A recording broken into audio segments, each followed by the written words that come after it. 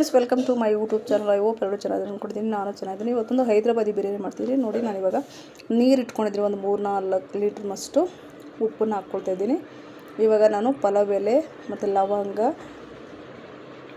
ಶಾಜೀರ ಅಂತ ಬರುತ್ತೆ, ಮತ್ತು ಅನಾನಸ್ ಹೂವು, ದೊಡ್ಡ ಏಲಕ್ಕಿ ಅಂತ ಬರುತ್ತೆ, ಅಷ್ಟನ್ನು ತೊಗೊಂಡು ಇದ್ರೊಳಗಡೆ ಹಾಕ್ತಾಯಿದ್ದೀನಿ. ನಾನು ಇವಾಗ ಹಾಕ್ಬಿಟ್ಟು ಇದು ನೀರು ಚೆನ್ನಾಗಿ ಕುದಿಯೋಕ್ಕೆ ಸ್ಟಾರ್ಟ್ ಆದ ನಂತರ ಇವಾಗ ನಿಂಬೆಹಣ್ಣಿನ ರಸನ ಹಾಕ್ತಾಯಿದ್ದೀನಿ. ನಾನು ಈ ನೀರು ಇವಾಗ ಚೆನ್ನಾಗಿ ಕುದಿಬೇಕು. ಇವಾಗ ನೋಡಿ, ನಾನು 3 ಲೋಟ ಅಕ್ಕಿ, ಸೋನಾ ಮಸೂರಿ ಅಕ್ಕಿನ ವಾಶ್ ಮಾಡಿಬಿಟ್ಟು ಹಾಕ್ತಾಯಿದ್ದೀನಿ. ಇದು 3/4% ಬೇಯಬೇಕಾಗತ್ತೆ. ಓಕೆನಾ? ತುಂಬಾ ಚೆನ್ನಾಗಿತ್ತು, ತುಂಬ ಟೇಸ್ಟಿಯಾಗಿತ್ತು. ಒಮ್ಮೆ ಮಾಡಿ ನೋಡಿ. ಓಕೆ, ನಿಮಗೂ ಇಷ್ಟ ಆಗುತ್ತೆ. ಇದು ಚೆನ್ನಾಗಿ ಕುದೀಲಿ. ಒಂದು 3/4% ಬೆಂದಾಗ ನಾವು ಇದನ್ನು ಬಸಿಬೇಕಾಗತ್ತೆ. ಬೆಂದಿದೆ, ಇವಾಗ ಬಸಿತಾ ಇದ್ದೀನಿ ನಾನು. ಅನ್ನನ ಬಸಿಬಿಟ್ಟು ಒಂದು ಸೈಡಲ್ಲಿ ಇಟ್ಕೊಳ್ಳೋಣ. ಬಿರಿಯಾನಿ ಮಸಾಲೆ ಕೊಡಿ ಅಂತಂದರೆ ಖಂಡಿತ ಅಂಗಡಿಗಳಲ್ಲಿ ಎಲ್ಲ ಕಡೆಯೂ ಸಿಗುತ್ತೆ, ನೀವು ತೊಗೊಂಬರ್ಬೋದು. ಇದೆಲ್ಲ ಎಲ್ಲಿ ಸಿಗುತ್ತಪ್ಪ ಅಂದ್ಕೋಬೇಡಿ. ಆಮೇಲೆ ನಾನು ಒಂದು ದೊಡ್ಡ ಪಾತ್ರೆನ ಇಟ್ಕೊಂಡು ಇವಾಗ ಒಂದು 100 ಗ್ರಾಮ್ನಷ್ಟು ಎಣ್ಣೆನ ಹಾಕ್ಕೊಳ್ತಿದ್ದೀನಿ.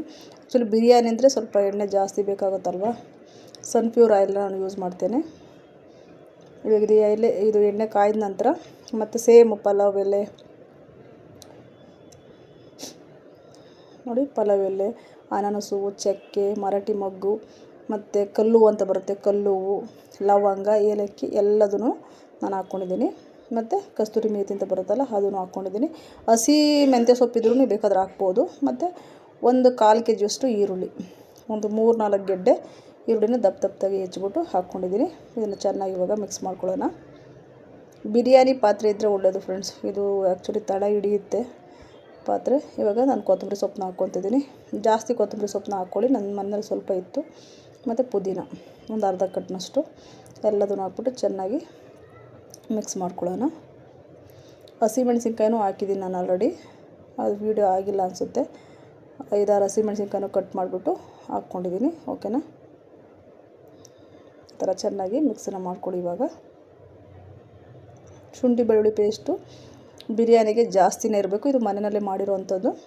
ನಾನು ಒಂದು ದೊಡ್ಡ ಸ್ಪೂನಲ್ಲಿ 1 ಸ್ಪೂನ್ ಹಾಕ್ಕೊಂಡಿದ್ದೀನಿ, 1-1.5 ಸ್ಪೂನಷ್ಟು. ಇದನ್ನು ಚೆನ್ನಾಗಿ ಮಿಕ್ಸನ್ನ ಮಾಡ್ಕೊಳ್ಳೋಣ. ತುಂಬಾ ಟೇಸ್ಟಿಯಾಗಿತ್ತು ಫ್ರೆಂಡ್ಸ್. ಓಕೆ, ಹೊರಗಡೆ ನಾವು ತಿನ್ನೋದಕ್ಕಿಂತ ಮನೆಯಲ್ಲೇ ಈ ಥರ ಟೇಸ್ಟಿಯಾಗಿ ಹೈಜೆನಿಕ್ಕಾಗಿ ಮನೆಯಲ್ಲೇ ಮಾಡಿಕೊಂಡು ನಾವು ತಿನ್ಬೋದು. ಓಕೆನಾ? ಖಂಡಿತ ಒಮ್ಮೆ ಟ್ರೈ ಮಾಡಿ ನೋಡಿ. ಮತ್ತು ನಾಟಿ ಟೊಮೊಟೊ ಒಂದು 3-4 ನಾಟಿ ಟೊಮೊಟೊನ ತೊಗೊಂಡಿದ್ದೀನಿ. ಉದ್ದುದ್ದ ಕಟ್ ಮಾಡ್ಕೊಂಡು, ಚಿಕ್ಕದೇ ಬೇಕಾದರೂ ನೀವು ಕಟ್ ಮಾಡ್ಕೋಬೋದು. ಇವಾಗ ಚೆನ್ನಾಗಿ ಮಿಕ್ಸನ್ನ ಮಾಡ್ಕೊಳ್ಳೋಣ. ಎಲ್ಲ ಸ್ಮ್ಯಾಶ್ ಆಗೋ ಥರ ಬೇಯಬೇಕಾಗುತ್ತೆ. ಓಕೆನಾ? ಈಗ ಸಾಲ್ಟು ರುಚಿಗೆ ತಕ್ಕಷ್ಟು. ನಾನು ಉಪ್ಪನ್ನ ಅನ್ನ ಬೇಯಿಸೋದಕ್ಕೂ ಹಾಕ್ಕೊಂಡಿದ್ದೀನಿ, ನಾನು ಇಲ್ಲೂ ಹಾಕ್ಕೊಳ್ತಾಯಿದ್ದೀನಿ. 1-1.5 ಚಮಚದಷ್ಟು ಹಾಕ್ತಾಯಿದ್ದೀನಿ.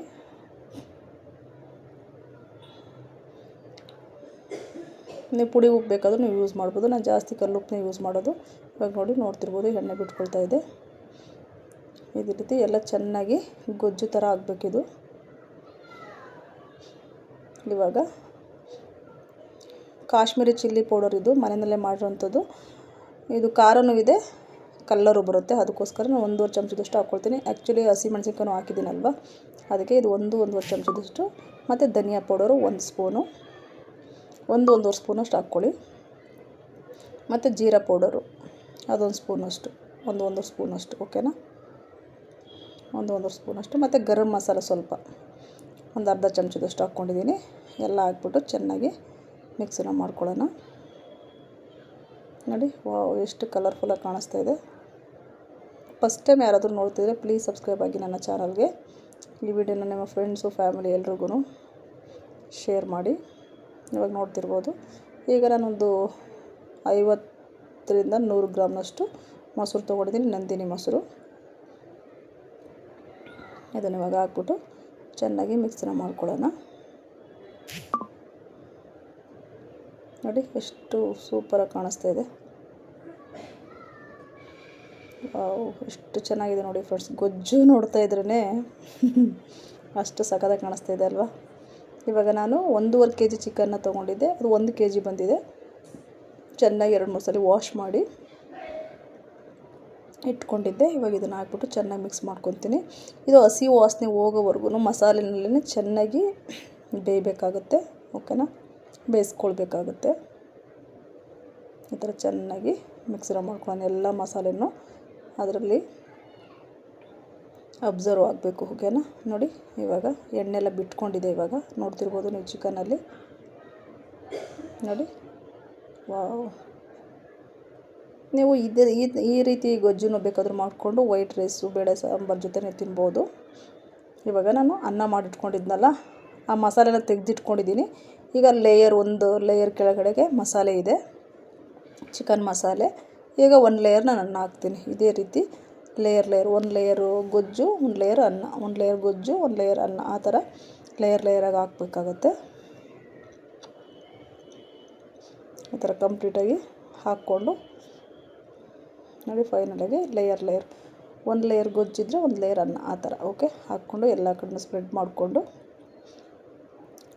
ಸೂಪರಾಗಿ ಬಂತು ಫ್ರೆಂಡ್ಸ್. ಓಕೆ, ನೀವು ಈ ಜಾಗದಲ್ಲಿ ನೀವು ಬಾಸುಮತಿ ರೈಸ್ ಬೇಕಾದರೂ ಯೂಸ್ ಮಾಡ್ಬೋದು, ತುಂಬಾ ಚೆನ್ನಾಗಿರುತ್ತೆ. ನಾನು ಸೋನಾ ಮಸೂರಿನ ಹಾಕಿದ್ದೀನಿ ನೋಡಿ. ಲಾಸ್ಟಲ್ಲಿ ಉಳಿದಿರೋಂಥ ಗೊಜ್ಜು ನಮ್ಮ ಮೇಲೆ ಹಾಕ್ಬಿಟ್ಟು ಸ್ಪ್ರೆಡ್ ಮಾಡ್ಕೊಳ್ಳೋಣ ಎಲ್ಲ ಕಡೆನೂ. ಬಟ್ ಕುಕ್ಕರಲ್ಲೆಲ್ಲ ನಾನು ಮಾಡಿದ್ದೀನಿ ಆಲ್ರೆಡಿ, ಒಂದ್ಸಲ ನೋಡಿ ನೀವು. ಈ ರೀತಿಯೇ ನೀವು ಬೇಕಾದರೂ ಮಾಡ್ಕೋಬೋದು, ನೀವು ಪಾತ್ರೆಲಿ ಬೇಕಾದರೂ ಮಾಡ್ಬೋದು. ಮತ್ತು ಮೇಲೆ 1-2-3 ಹಸಿಮೆಣಸಿನ್ಕಾಯಿ ಹಾಕ್ಕೊಳ್ತಾಯಿದ್ದೀನಿ. ಮತ್ತು ಸ್ವಲ್ಪ ಮೇಲೆ ನಿಂಬೆ ರಸ. ಕಲ್ಲರೆಲ್ಲ ನಾನು ಏನೂ ಹಾಕ್ತಾಯಿಲ್ಲ ಫ್ರೆಂಡ್ಸ್. ನಾನು ನಾರ್ಮಲಾಗಿ ಮನೇಲಿ ಏನಿದೆಯೋ ನ್ಯಾಚುರಲಾಗಿ ಮನೆಯಲ್ಲಿ ಇರೋವಂಥ ವಸ್ತುಗಳಿಂದ ಮಾಡ್ತಾಯಿದ್ದೀನಿ. ಇವಾಗ ಲಿಡ್ನ ಕ್ಲೋಸ್ ಮಾಡಿಬಿಟ್ಟು ಭಾರವಾಗಿರೋದೊಂದು ಏನಾದರೂ ನಾನು ಕುಟ್ಟಣಿಕೆನ ಇಡ್ತಾಯಿದ್ದೀನಿ. ನೀವು ಭಾರವಾಗಿರೋದು ಏನಿರುತ್ತೋ ನಿಮ್ಮ ಮನೆಯಲ್ಲಿ ಅದನ್ನು ಇಟ್ಬಿಟ್ಟು, ಇಲ್ಲ ನೀವು ಸುತ್ತಲೂ ಚಪಾತಿ ಹಿಟ್ಟನ್ನೇನಾದರೂ ಕಲಿಸ್ಕೊಂಡು ಸುತ್ತ ಅದು ಏರು ಹೋಗ್ದಿರೇ ಇರೋ ಥರ ನೀವು ಅಂಟಿಸ್ಬೋದು. ನಾನು ಅಂಟಿಸ್ತೇನೆ ಇವಾಗ. ದಮ್ ಕಟ್ಟೋದು ಅಂತ ಹೇಳ್ತೀವಿ ಅದಕ್ಕೆ. ಓಕೆ, ಇವಾಗ ನೋಡಿ ನಾನು ಇಟ್ಟಿದ್ದೆ. ಓಕೆ, ಇವಾಗ ರಿಮೂವ್ ಮಾಡಿದ್ದೀನಿ. ವಾವ್, ನೋಡಿ ಎಷ್ಟು ಸಖತ್ತಾಗಿದೆ. ಈ ವಿಡಿಯೋ ಖಂಡಿತ ನಿಮ್ಗೆ ಇಷ್ಟ ಆಗಿದೆ ಅಂದ್ಕೊತೀನಿ. ಈ ವಿಡಿಯೋ ಇಷ್ಟ ಆಯಿತು ಅಂದರೆ ಒಂದು ಲೈಕ್ ಮಾಡಿ, ಶೇರ್ ಮಾಡಿ, ಸಬ್ಸ್ಕ್ರೈಬ್ ಮಾಡ್ಕೊಳ್ಳಿ. Thank you friends. ಓಕೆ, ನೋಡಿ ಸರ್ವ್ ಮಾಡ್ತಾಯಿದ್ದೀನಿ. Thank you. ಯಾರೆಲ್ಲ ನೋಡ್ತಿದ್ರೆ ಈ ವಿಡಿಯೋನ ಖಂಡಿತ ನಿಮ್ಗೆ ಇಷ್ಟ ಆಗಿದೆ ಅಂದ್ಕೊತೀನಿ. Thank you so much. Bye, take care. Next ವಿಡಿಯೋದಲ್ಲಿ ನೋಡೋಣ.